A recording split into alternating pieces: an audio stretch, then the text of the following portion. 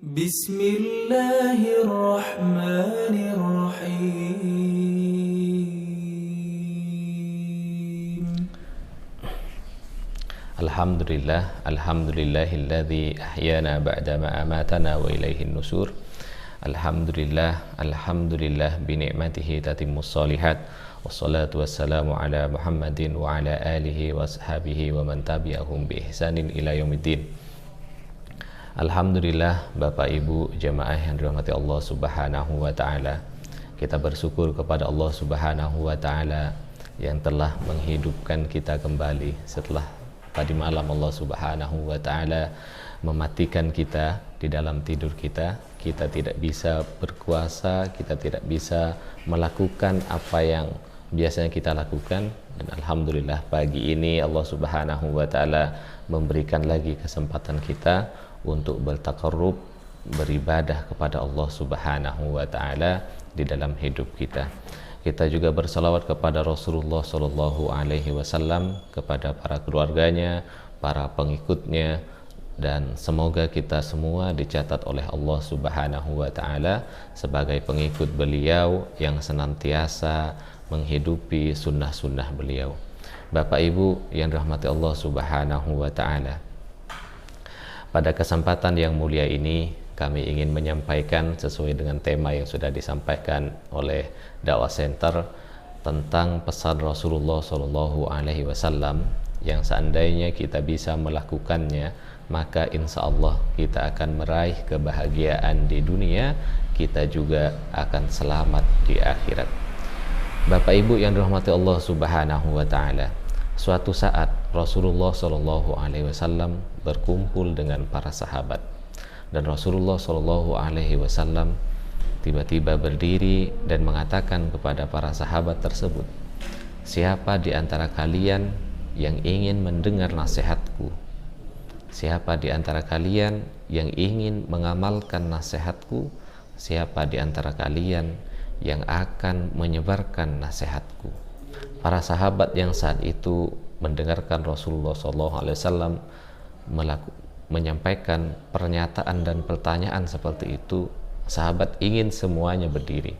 Tetapi para sahabat itu didahului oleh seorang sahabat yang memang sangat haris gitu ya, sangat ingin, sangat peduli, dan bahkan sangat tamak gitu terhadap apa yang disampaikan, apa yang dilakukan, apa yang diperintahkan oleh baginda Nabi Muhammad SAW. Sahabat tersebut adalah sahabat Abu Hurairah radhiyallahu an. Sahabat Abu Hurairah tiba-tiba berdiri dan memegang tangan beliau dan berkata, "Ana ya Rasulullah," saya wahai Nabi.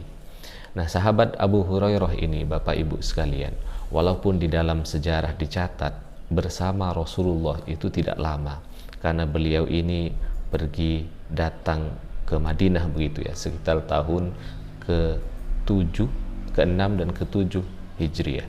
Jadi sahabat Abu Hurairah ini, walaupun para ahli sejarah selisih pendapat ya, kapan beliau ini masuk Islam. Ada yang mengatakan sejak di Yaman, sejak di tempatnya di Bani Daus gitu ya, sudah masuk Islam. Ada yang mengatakan ketika dia hijrah ke Madinah bersama Rasulullah SAW. Tetapi yang disepakati oleh para ulama ahli sejarah adalah Abu Hurairah ini tidak lama membersamai Rasulullah SAW, kurang lebih sekitar 3-4 tahun saja, karena dari tahun ke-6 atau ke-7 Hijriah begitu ya. Maka sahabat menyampaikan Abu Hurairah ini lebih singkat kebersamaannya dengan Rasulullah daripada sahabat-sahabat utama seperti sahabat Abu Bakar, Umar, Utsman, dan lain sebagainya.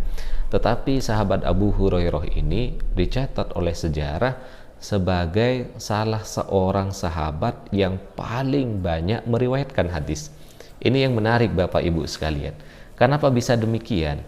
Karena memang sahabat Abu Hurairah ini mengazamkan diri ingin memperhatikan semua gerak-gerik Nabi Muhammad SAW, baik tindakan beliau, baik ucapan beliau, baik apa yang beliau perintahkan, baik kebiasaan beliau.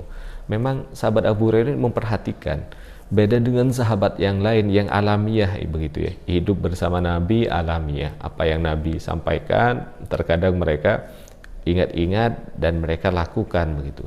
Tapi kalau Abu Hurairah tidak. Semua yang diperhatikan Nabi memang dia perhatikan, dia fokus begitu ya.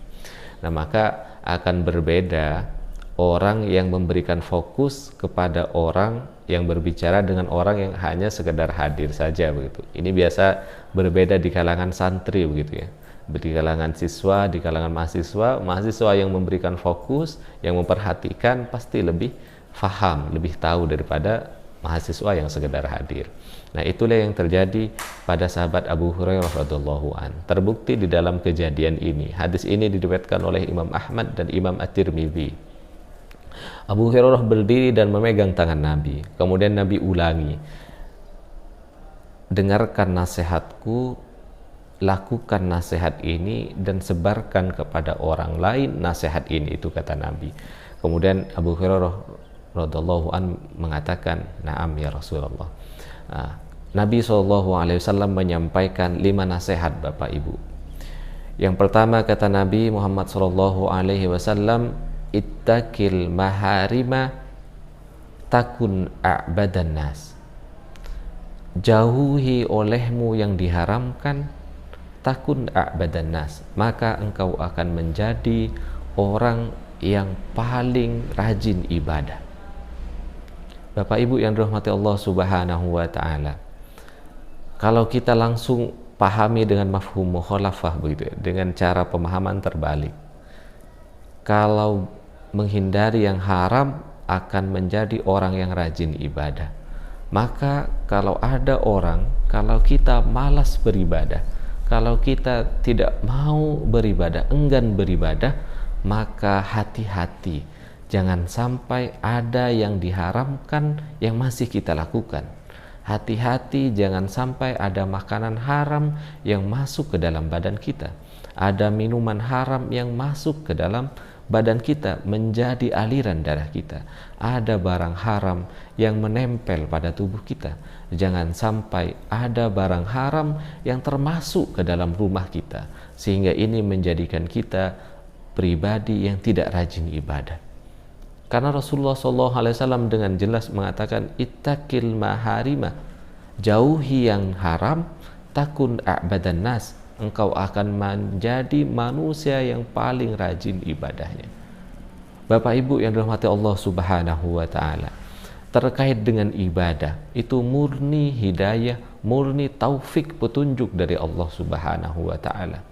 Seseorang yang rajin atau tidak beribadah sejatinya tidak ada hubungan dengan sehatnya fisik, dengan sedikitnya harta, dengan luas sempitnya waktu.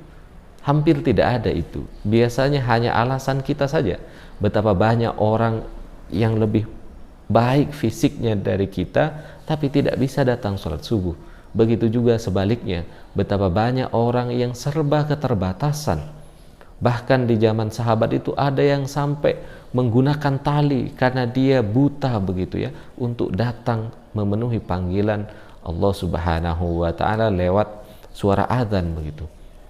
Jadi ibadah ini murni taufik, petunjuk dari Allah Subhanahu wa taala, dan Allah tidak akan memberi taufik, petunjuk kepada orang yang masih melakukan yang haram, kepada orang yang makan yang haram, minum yang haram, memakai yang haram.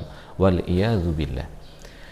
Bapak Ibu yang dirahmati Allah Subhanahu wa taala, menghindari yang haram bukan hanya menjadikan kita rajin ibadah. Memakan yang haram bukan hanya menjauhkan kita dari rahmat Allah, menjauhkan kita dari manisnya beribadah. Tetapi Rasulullah SAW membuat analogi ya, di dalam hadis, di dalam kitab Arba'in An-Nawawi ya. Imam Nawawi itu mengutip sebuah hadis yang diriwayatkan oleh Imam Muslim.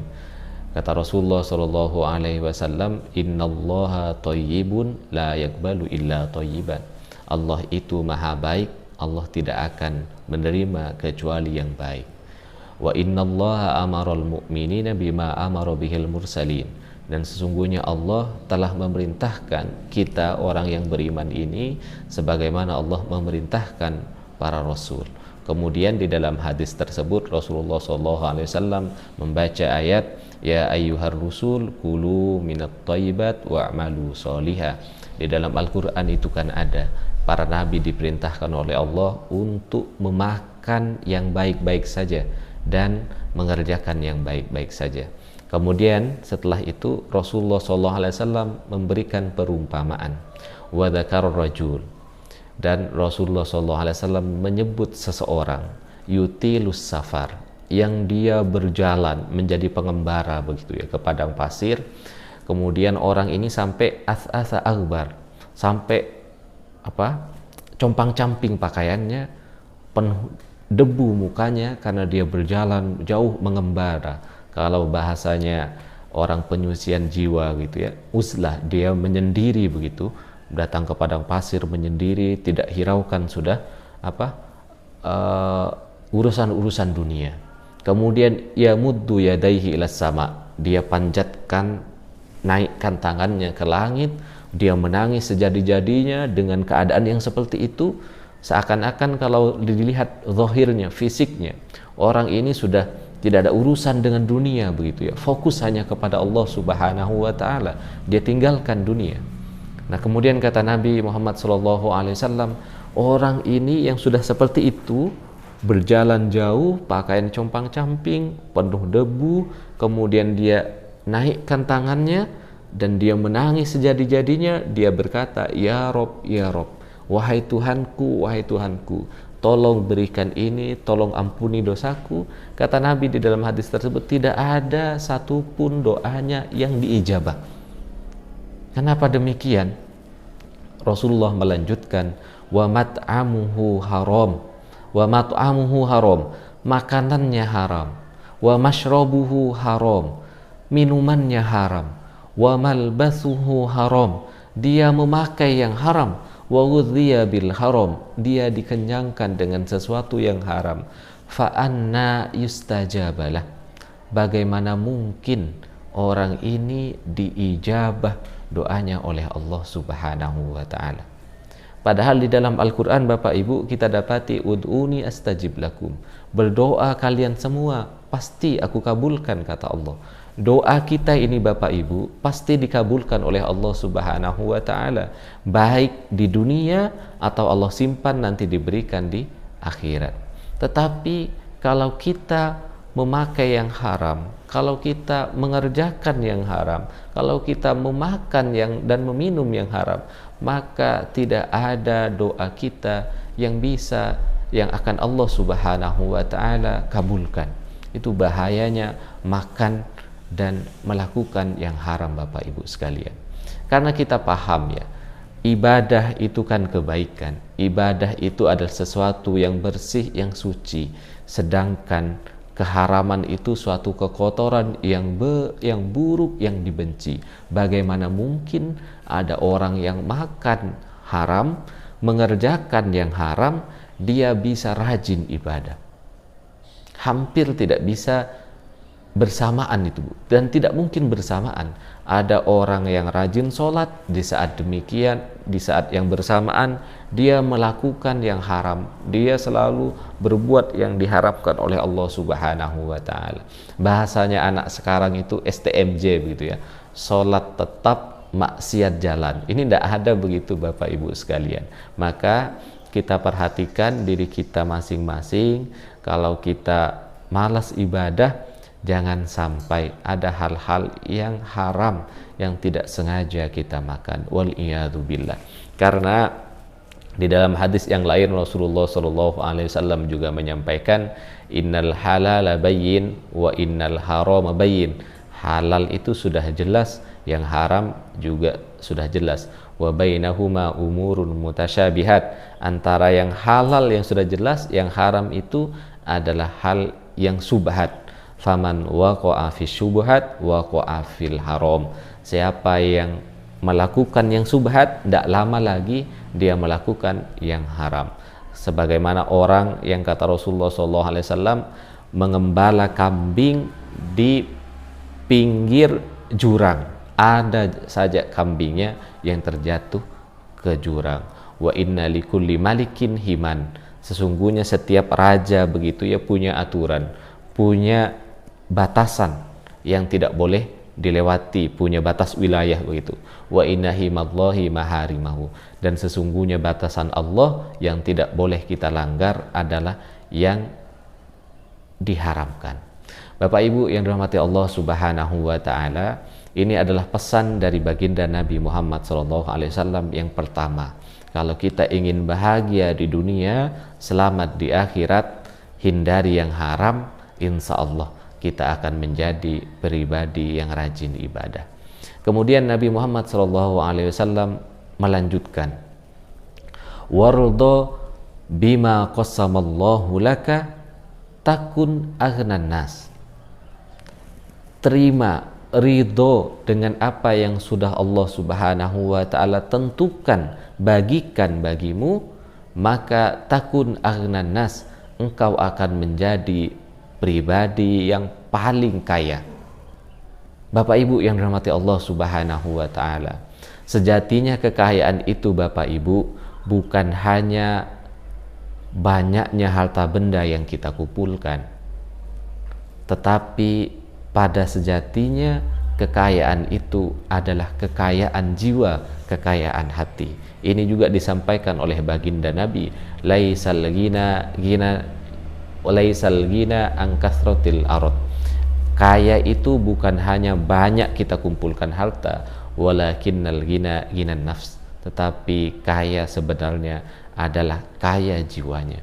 Bapak Ibu yang dirahmati Allah Subhanahu wa taala, di dalam kehidupan kita betapa banyak kita dapati orang yang untuk makan hari ini, untuk makan esok hari, dia harus mencari hari ini. Tetapi karena orang tersebut bersyukur menerima pembagian Allah, maka dia tidak merasa butuh kepada manusia, dia tidak meminta-minta, dia bersyukur atas apa yang Allah berikan kepadanya.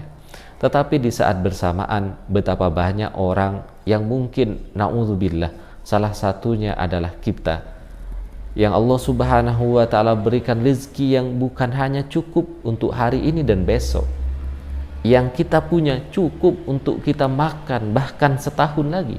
Tetapi di saat bersamaan tidak jarang dari kita yang mengeluh sedikitnya rezeki, kekurangan itu ini, kita merendahkan diri di hadapan manusia, bahkan wal'iyadzubillah kita halalkan segala cara untuk mengambil yang bukan hak kita, wal'iyadzubillah. Ini bukan orang kaya sejatinya Bapak Ibu sekalian. Kalau kita mau jujur Bapak Ibu, sebenarnya kita hidup ini yang kita butuhkan adalah yang sekedar kita makan begitu, kita pakai di badan. Selain itu tidak begitu kita butuhkan Bapak Ibu.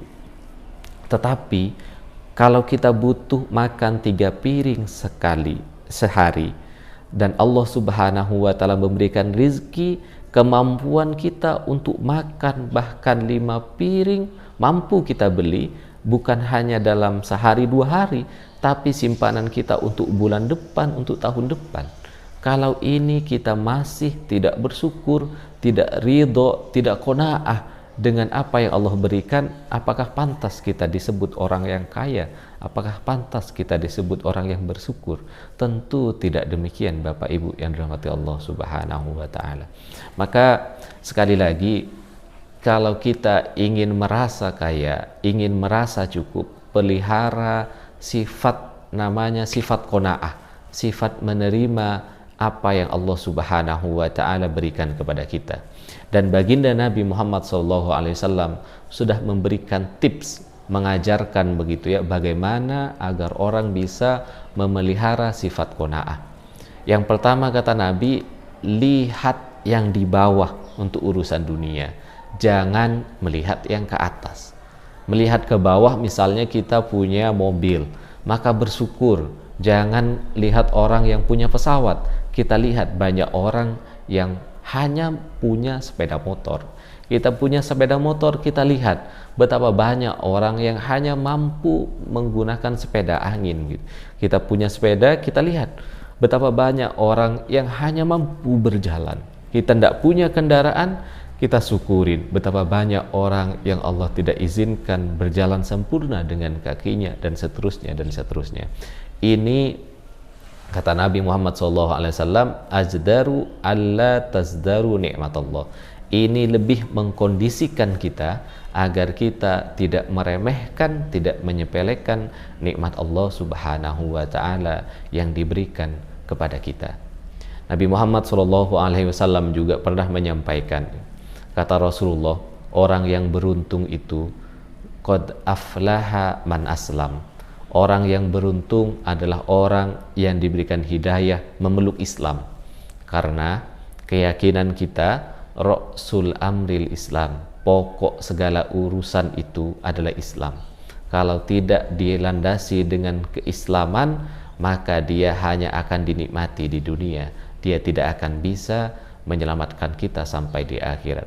Wa umuduhus sholah, dan apa ini namanya, tiangnya adalah sholat. Wa zirmanatu sanawi al jihad fi sabilillah. Kata Nabi Muhammad SAW, qad aflaha man aslam, sehingga beruntung orang yang Islam. Wa ruziqa kafafa, diberikan rizki yang cukup. Wa qanna Allahu bima atah, dan diberikan hati yang qanaah, menerima apa yang Allah Subhanahu wa taala berikan kepadanya.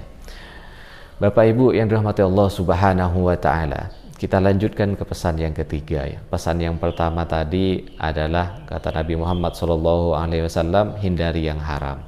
Pesan yang kedua, ridho dengan apa yang sudah Allah berikan kepada kita.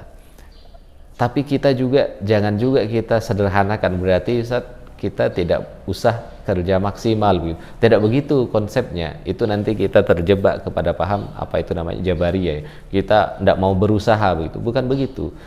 Kita wajib berusaha semaksimal mungkin. Tapi kalau sudah berusaha, yang kita dapati itu yang kita syukuri. Maka ibu-ibu sampaikan kepada suaminya, Bi, cari yang banyak, yang penting halal. Kalaupun tidak banyak, yang penting harus halal. Kalaupun sedikit, minimal tidak haram. Itu patokannya ibu-ibu. Banyak halal, sedikit yang penting haram, yang penting halal, tidak banyak. Yang pasti harus dibawa ke rumah adalah yang halal. Karena kalau haram dibawa ke rumah oleh suami kita atau ibu-ibu sendiri bawa ke rumah, itu akan dimakan kita malas beribadah. Ikan dimakan oleh anak keturunan kita menjadi bebal gitu ya. Tidak mau menerima nasihat, susah diatur dan lain sebagainya. Karena makanan yang haram, minuman yang haram, pakaian yang haram akan jauh dari keberkahan hidup. Kemudian kita lanjutkan ke pesan yang ketiga. Kata Rasulullah SAW, wa ahsin ila jarika takun mukminan, berbuat baiklah kepada tetanggamu takun mukminan, engkau akan menjadi mukmin yang sempurna. Jadi ukuran keimanan itu Bapak Ibu di dalam hadis ini bukan hanya dilihat dari pakaian yang seperti kita lakukan, misalnya ketika mau sholat pakaiannya putih, pakai bawa Al-Quran, pakai serban begitu ya, kemudian rajin di masjid. Bukan hanya itu ukuran iman itu, tapi kata Nabi Muhammad SAW di dalam riwayat Muslim gitu ya, man kana yu'minu billahi wal yaumil akhir falyukrim jarah. Orang yang benar imannya kepada Allah dan hari akhir pasti memuliakan tamunya. Saya sering menyampaikan Bapak Ibu kepada jamaah, kepada santri begitu ya, kalau kita mau mengecek apakah kita ini kira-kira orang yang beriman dan iman kita yang baik, tidak usah repot, cukup cek, lakukan survei begitu ke tetangga kita. Kira-kira kalau orang lain nanya, kita bayar orang lain, coba tolong dong tanyakan ke 10 tetangga yang ada di sekitar rumah kita ini. Suruh tanya, apakah orang itu orang baik atau tidak? Apakah ibu senang kalau tetangga itu ada di rumah, tetap di kompleks ini atau tidak? Kalau orang jawab, Bu, Bapak Ibu, baik, senang sekali kalau ibu itu ada di kompleks ini. Kalau ibu itu pulang kampung ke Jawa, ke Sulawesi, kehilangan kita. Kita tidak dapati orang yang menebarkan salam, kita tidak mendapati orang yang sebaik dia memuliakan tetangga. Maka insya Allah kita mukmin yang baik, Bu, berdasarkan hadis ini. Tapi kalau sebaliknya, kalau Bapak Ibu nanya ke tetangga, survei pakai orang lain begitu ya. Kalau pakai diri sendiri mungkin malu lah. Ibu nanya ke tetangganya, saya baik apa enggak, Bu, ya? Oh ya baik. Nah itu mungkin karena enggak enak hati. Tapi kalau orang lain yang suruh nanya, Bu, si A sedang sakit, ibu senang enggak? Ibu sedih enggak dengan si A sakit? Waduh Ustaz, waduh Pak misalnya, kenapa enggak mati sekalian? Wah berarti ada masalah itu Bapak Ibu dengan kita. Kalau semua tetangga kita demikian, kita senang Pak kalau dia sakit, aman kita, barang-barang kita aman, kita tidak digibahi dan lain sebagainya. Berarti kita bermasalah ini Bapak Ibu sekalian. Iman kita bisa kita pertanyakan begitu ya. Karena orang yang beriman kepada Allah dengan benar, falyukrim jaroh, dia akan memuliakan tamunya, dia akan memuliakan tetangganya. Dan kita sudah dengar dengan sering begitu ya, bahwa Nabi Muhammad SAW menyampaikan, kalau kita masak makanan yang baunya menyerbak, kalaupun sedikit perbanyak kuahnya agar bisa dihidangkan kepada tetangga. Tetangga tidak hanya mencium baunya, tapi kalau kita balik, sengaja kita masak rendang biar kecium sama tetangga, kita masak hampir gosong begitu ya, biar baunya menyerbak, kemudian tidak kita kasih mereka, biar mereka tahu gimana kalau saya ini makan yang enak-enak begitu. Itu bukan tanda mukmin yang baik Bapak Ibu sekalian. Kita lanjutkan ke pesan beliau yang keempat, yaitu kata Nabi Muhammad SAW, wa ahbib linnasi bima tuhibbu li nafsik takun musliman. Wa ahbib linnasi, lakukanlah apa yang engkau cintai untuk orang lain, kama tuhibbu li nafsik, sebagaimana engkau suka orang lain melakukan untuk dirimu, takun musliman, maka engkau orang muslim yang baik gitu. Engkau sebenarnya muslim begitu ya. Artinya apa? Kalau kita ingin berbuat kepada orang lain, pikirkan kira-kira kalau kita diperbuat demikian, kalau kita diperlakukan demikian, kita suka enggak? Kita ini kan alamiah Bapak Ibu ya. Kalau kita ketemu orang, suka kalau orang itu senyum, salam, nanya kabar gitu. Berarti kita juga harus demikian kepada orang lain. Senyum, ya salam, ditegur, tanya kabarnya. Pasti orang lain suka, Bu. Karena kita juga suka diperlakukan demikian. Kita juga tidak suka kalau ketemu orang tiba-tiba mukanya cemberut, marah lagi, apalagi sampai memukul kita. Kita tidak suka diperlakukan demikian. Maka jangan perlakukan orang lain demikian. Jangan suka marah kepada orang lain, apalagi sampai menyakiti fisiknya begitu ya, mengambil harta bendanya dengan tidak cara yang hak. Maka jangan demikian, karena kita tidak mau diperlakukan demikian. Ini ukuran keislaman Bapak Ibu, sama dengan ukuran keimanan tadi ya. Jadi iman Islam itu bukan hanya diukur dari penampilan fisik kita, bukan hanya diukur bagaimana kita beribadah kepada Allah Subhanahu wa Ta'ala, tapi muslim yang sebenarnya, muslim yang diinginkan oleh agama kita, baik beribadah kepada Tuhannya, tapi hablum minan nasnya juga baik. Sehingga Rasulullah SAW menyampaikan, al-muslimu man salimal muslimuna min lisanihi wa yadih. Orang Islam yang baik, orang Islam yang sebenarnya adalah orang yang orang lain selamat dari buruknya lisannya, dari jahatnya perbuatannya. Jadi kalau kita mau mengukur keislaman kita Bapak Ibu sekalian, di mana ada kita, di situ ada salam, di situ ada ketenangan, di situ ada kedamaian. Inilah orang Islam. Salam itu kan salam Bu ya, Pak, damai, tenang begitu ya, baik. Kalau kita hadir di tengah-tengah masyarakat, masyarakat itu merasakan kebaikan, merasakan ketenangan, merasakan kedamaian, insya Allah kita orang Islam, Bu. Kita orang Islam yang benar gitu. Tapi walaupun kita pakaiannya seperti ini, habis sholat subuh dan lain sebagainya, ngumpul kepada orang jadi takut, orang merasa tidak tenang, orang merasa tidak aman begitu Bapak Ibu. Periksa lagi keislaman kita. Karena tadi orang Islam itu adalah orang memastikan orang lain selamat dari buruknya lisan, dari buruknya perbuatan. Nah, terutama ibu-ibu, bapak-bapak juga sebenarnya zaman ini ya. Kalau kumpul di depan rumah itu Bu, ada tokonya misalnya kumpul, kemudian ada tetangganya mau beli ke toko masih duduk dulu, kira-kira apa yang dibicarakan itu? Kalau dia membicarakan tetangganya yang lewat begitu ya, dia bicarakan semua buruk-buruknya, maka diperbaikin lagi keislamannya Bu. Kalau dia tidak membicarakan itu, duduk berdua sama ibu-ibu, cuman dia bicarakan pengajian, bagaimana ya pengajian di LT kita ini bisa ramai begitu ya, ibu-ibunya yang muslimah ikut pengajian semuanya. Itulah Islam yang baik Bu.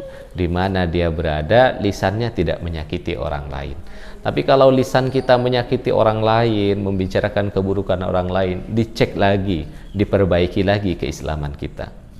Terkadang Bapak Ibu sekalian, karena itu alamiah begitu, enak kalau kita ngobrol dengan teman, kita bicarakan teman yang tidak ada, keburukannya lagi kita bicarakan. Nah, pas ada yang mengingatkan anak kita misalnya yang sekolah di sekolah Islam kan pasti diajarkan itu, tidak boleh membicarakan aib orang lain karena engkau seperti makan bangkai saudaramu. Itu diingatkan terus biasanya di sekolah-sekolah Islam ya. Ketika Bapak Ibu diingatkan oleh anaknya, Bapak Ibu kalau makan jangan gosip, itu makan bangkai saudara. Enggak nak, itu loh beneran, dia itu begitu. Kalau benar itu namanya ghibah Bu, membicarakan orang Bapak Ibu ya. Tapi kalau enggak benar itu namanya memfitnah, membuat sesuatu yang tidak ada diada-adakan, lebih parah lagi itu. Jadi yang dimaksud ghibah yang dilarang oleh baginda Nabi itu, orang lain berbuat keburukan, kita bicarakan keburukannya. Itu namanya ghibah, itu tidak boleh. Kalau dia tidak berbuat keburukan, kita bicarakan seakan-akan dia berbuat keburukan, lebih keji lagi itu namanya. Itu lebih parah lagi dosanya. Nah, itu yang keempat Bapak Ibu sekalian.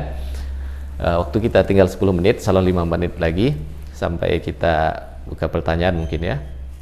Yang terakhir, yang kelima, kata baginda Nabi Muhammad SAW, wala tuksirid dohka fa inna kasrotat dohki tumitul kulub. Jangan terlalu banyak tertawa, karena kebanyakan tertawa, terlalu banyak tertawa mematikan hati. Itu Bapak Ibu sekalian, sekarang ini banyak, mohon maaf ya, bahkan itu dijadikan audisi begitu, dijadikan lomba di sekolah-sekolah. Syukur kalau bukan sekolah Islam itu. Lomba membuat orang tertawa terbahak-bahak, apa namanya ya, stand up comedy. Saya tidak mengatakan stand up comedy itu dilarang. Tetapi biasanya Bu, kalau kita fokus membuat orang tertawa, ada hal-hal yang seharusnya tidak bicarakan itu dibicarakan. Ada hal-hal yang tidak terjadi dia bicarakan, berbohong begitu ya. Itu kan banyak terjadi. Karena kata Nabi Muhammad SAW, wa inni la amzah. Saya juga bercanda gitu. Nabi Muhammad juga suka bercanda, suka apa ini? Kalau ada orang bercanda itu suka, manusiawi lah ya. Tapi wala aqulu illa haqqon. Aku tidak berkata kecuali yang benar. Nah, kalau kita ingin membuat orang tertawa, fokus begitu. Betapa banyak orang yang bohong-bohong begitu Bu, agar orang lain ketawa. Oh, saya tadi malam begini, padahal tidak demikian. Itu yang diharamkan di dalam Islam ya. Khusus untuk yang tertawa terbahak-bahak. Nah, ini kata Rasulullah SAW, mematikan hati, menjadi hati kita keras. Kalau hati kita keras Bapak Ibu sekalian, susah menerima nasihat, susah melihat kebaikan, susah untuk datang ke majelis ilmu. Dikatakan bahwa al ilmu nurun wa nurullahi la yuhda li asi. Ilmu itu cahaya, cahaya Allah tidak mungkin diberikan kepada orang yang bermaksiat. Itu siapa dikatakan oleh Imam Syafi'i ya, di dalam Diwan Syafi'i. Kalau kata Imam Al-Ghazali, hati itu ibaratkan cermin. Setiap kotoran yang datang akan seperti noda, seperti tinta yang menempel kepada cermin. Semakin banyak tinta itu muncul nempel ke cermin itu, maka cermin itu tidak akan bisa digunakan untuk melihat kebaikan. Kalau hati kita sudah kotor, apalagi sampai mati, maka kita akan susah melihat kebaikan. Kita susah menerima nasihat-nasihat. Kita susah menerima kebaikan untuk dimasukkan ke dalam hati kita. Maka Bapak Ibu sekalian, tertawa tapi sewajarnya. Jangan setiap waktu tertawa. Jangan tertawa terlalu banyak, tertawa terbahak-bahak. Jangan terlalu ya. Kalau hanya tertawa biasa begitu, biasalah. Sahabat Nabi juga ada yang suka melucu, contohnya Nuaiman. Nabi juga pernah bercanda Bapak Ibu ya. Di dalam riwayat Nabi itu pernah mengatakan kepada seseorang nenek begitu ya, muka seperti ini sudah keriput begini tidak ada di dalam surga begitu. Nenek itu karena Nabi yang mengatakan nangis begitu ya. Waduh, berarti saya tidak ada di surga karena muka keriput begini. Maka Nabi meluruskan, iya, di dalam surga tidak ada muka keriput, nanti kembali mudah semuanya.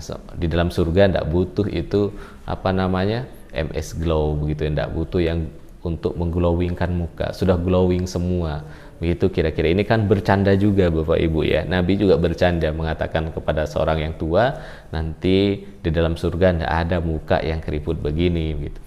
Nah, tapi nanti kalau sudah masuk surga, mukanya akan kembali ke bentuk yang paling sempurna.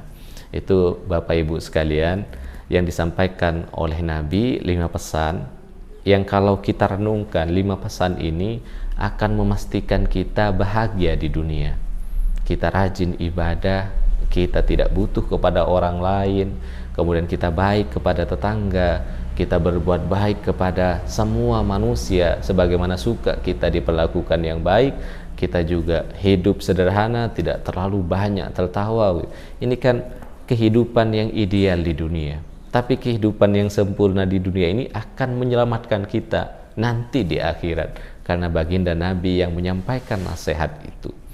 Walaupun Bapak Ibu sekalian, nasihat ini Nabi sampaikan di hadapan sahabat, yang memegang tangannya itu adalah sahabat Abu Hurairah radhiyallahu an. Tetapi ada kaidah, al-ibratu bi umumi sabab, al-ibratu laisa bi husufis sabab walakin bi umumil lafad. Ibarah itu, hukum itu bukan kepada siapa dia diturunkan, tapi apa inti dari hukum itu. Walaupun ini disampaikan kepada sahabat, karena kita juga sudah mendengar, maka kita harus mengamalkan, kita harus ajarkan kepada orang lain. Bapak Ibu yang dirahmati Allah Subhanahu wa taala, itu yang dapat kami sampaikan pada kesempatan yang mulia ini. Semoga Allah Subhanahu wa taala menjadikan kita, mencatat kita sebagai pribadi yang menuntut ilmu, yang kata Rasulullah SAW, haffat alaihimul malaikah wa dzakarallahu fiman indah. Orang yang menuntut ilmu itu Bapak Ibu dinaungi oleh istighfar malaikat yang minta ampun kepada Allah, dan Allah sebutkan di hadapan para malaikat, ini loh hambaku yang rajin menuntut ilmu. Bapak Ibu yang dirahmati Allah Subhanahu wa taala, itu sebagai penutup dari kami, kurang dan lebihnya mohon dimaafkan. Kalau ada yang ingin ditambahkan, ingin dikoreksi atau ada pertanyaan, kami persilahkan. Baik, itu memang betul yang disampaikan Bapak ini. Itu alamiah begitu Pak ya. Kalau kita ketemu dengan teman, saya biasanya hobinya main futsal. Kalau lagi nunggu main itu Pak, ya itu akan ada dengan sendirinya begitu ya. Orang, entah itu orang yang mengundang untuk kita bicarakan, atau memang setan membisikkan kepada kita. Apa yang harus kita lakukan kalau demikian? Maka kita sendiri Pak baca istighfar. Ingat dengan pesan Nabi bahwa membicarakan keburukan orang lain sama saja dengan memakan bangkai saudara kita. Nah, kita sampaikan kepada diri kita, astagfirullahaladzim, mau enggak kita ini lagi makan bangkai saudaranya. Ada tabiin yang mengatakan begini, sebagai pengingat untuk saya sendiri dan kita semua ya, orang yang membicarakan keburukan orang lain, salah satu azabnya biasanya dia tidak mati sebelum melakukan dosa tersebut. Waliyadzubillah. Itu yang bisa kita lakukan Bapak. Kita sadarkan di dalam hati kita, sama seperti kita sholat ya. Kalau kita sholat, itu kan muncul saja urusan-urusan duniawi itu ya, kerjaan belum selesai dan sebagainya. Di dalam hati langsung istighfar Pak. Karena was-was itu, bisikan-bisikan seperti itu datangnya dari setan. Dan cara menghilangkan setan, baca a'udzubillahi minasyaitonirrajim di dalam hati ya kalau lagi sholat. Kalau lagi teman ya, kalau Bapak merasa itu teman baik yang tidak mungkin tersinggung, langsung istighfar begitu ya, sambil senyum, astagfirullahaladzim, ini sudah bicarakan orang lain loh. Kata pengajian itu pernah disampaikan oleh salah satu tabi'in, kalau kita membicarakan keburukan orang lain, biasanya salah satu azabnya kita tidak meninggal sebelum melakukan keburukan tersebut. Kalau kita bicarakan dia mencuri, mau enggak kita nanti mencuri? Astagfirullahaladzim. Makanya itu Pak, membicarakan keburukan, terutama keburukan orang yang sudah meninggal, susah minta maafnya. Bagaimana mau minta maaf orang yang sudah tidak ada? Maka etika di dalam beragama, khususnya orang yang sudah meninggal, tidak boleh lagi dibicarakan urusan keburukannya. Dia sudah terima dengan Allah Subhanahu wa Ta'ala. Jangan kita ikut menghakimi, justru kita mendapatkan dosa begitu. Khusus orang yang sudah meninggal. Kalau orang yang masih hidup, bisa kita minta maaf ya, saya sudah membicarakan engkau begitu ya. Nah itu. Yang kedua, ya kita alihkan ke urusan yang lebih positif lah ya. Nah, kita alihkan pembicaraan itu Pak sebisa mungkin, karena pasti 1, 2, 3 orang ada saja yang terbersit ke dalam hatinya itu Pak bahwa itu tidak benar. Ada yakin itu, karena salah satu sahabat itu pernah nanya ke baginda Nabi ya, wahai Nabi, tolong beri nasihat, beri fatwa begitu ya. Apa Nabi jawab Pak setelah melihat orang tersebut? Mungkin dilihat ya, seperti kita mungkin suka membicarakan orang lain. Kata Nabi, istafti qalbak, minta fatwa ke dalam hati nuranimu, minta fatwa ke dalam hati nuranimu. Pasti Pak, di antara Bapak, teman saya dan teman saya itu suatu saat ada saja terbersih dalam hati kalau itu tidak benar. Maka siapa yang ingat, dia langsung alihkan pembicaraan. Itu mungkin Pak sekadar tips dari saya Al-Fakir, semoga bermanfaat. Bismillahirrahmanirrahim. Alhamdulillahirabbil alamin, wassallallahu ala Muhammadin. Allahumma la sahla illa ba'aljatahu sahla wa anta tajalul hasda idza syi'ta sahla. Allahumma rzuqna ilman nafi'a wa amalan mutaqabbala wa rizqan halalan thayyiba. Allahumma ighfir lana, Allahumma ighfir lana, Allahumma ighfir lana wal ikhwanina alladhina sabaquna bil iman wa la taj'al fi qulubina ghillan lil ladzina amanu innaka ra'ufur rahim. Wa sallallahu ala Muhammadin walhamdulillahi rabbil alamin. Bapak Ibu sekalian, Pak, kurang lebihnya mohon dimaafkan. Kalau ada benarnya itu petunjuk dari Allah, kalau ada salahnya murni kesalahan saya pribadi, mohon dimaafkan atas hal-hal yang kurang berkenan. Hadanallahu wa iyyakum ajmain. Assalamualaikum warahmatullahi wabarakatuh.